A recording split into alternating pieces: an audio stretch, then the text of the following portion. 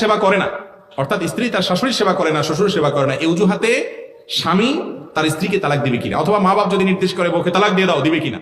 এর উত্তর হলো, প্রথমত স্ত্রীর উপরে শরীয়তের পক্ষ থেকে সরাসরি শ্বশুর শাশুড়ির খেদমত করা আবশ্যক বা ফরজ ওয়াজিব না হলেও মানবিক এবং নানা দিক থেকে স্বামীর প্রতি আনুগত্যের জায়গা থেকে, স্বামীর প্রতি ভালোবাসার জায়গা থেকে তার বাবা মার সাধ্য অনুযায়ী সেবা করা উচিত। আর কিছু না হোক, বড়কে সম্মান করা, বড়কে সেবা করা, এটা ইসলামের নির্দেশ কি নির্দেশ না?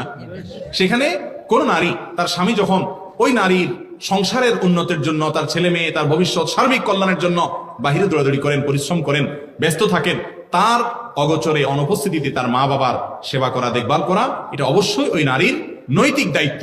শরীয়ত ফরজ ওয়াজিব না করলে কি হবে? এটা তার উত্তম আখলাক এবং মুসলমানি আখলাকের শামিল, যে তিনি এটা করার চেষ্টা সাধ্য অনুযায়ী করবেন। তাই বলে তাকে কাজের মেয়ে বানিয়ে, তাকে দিয়ে প্রয়োজন হোক বা না হোক সমস্ত কাজ করাবেন, জুলুম করবেন এবং তার উপরে কাজ চাপিয়ে দিবেন, চুলাতে নুন খসলে তালাক দেওয়ার কথা বলবেন, এটা কোনো মুসলমানের জন্য, পুরুষের জন্য জায়েজ। মায়ের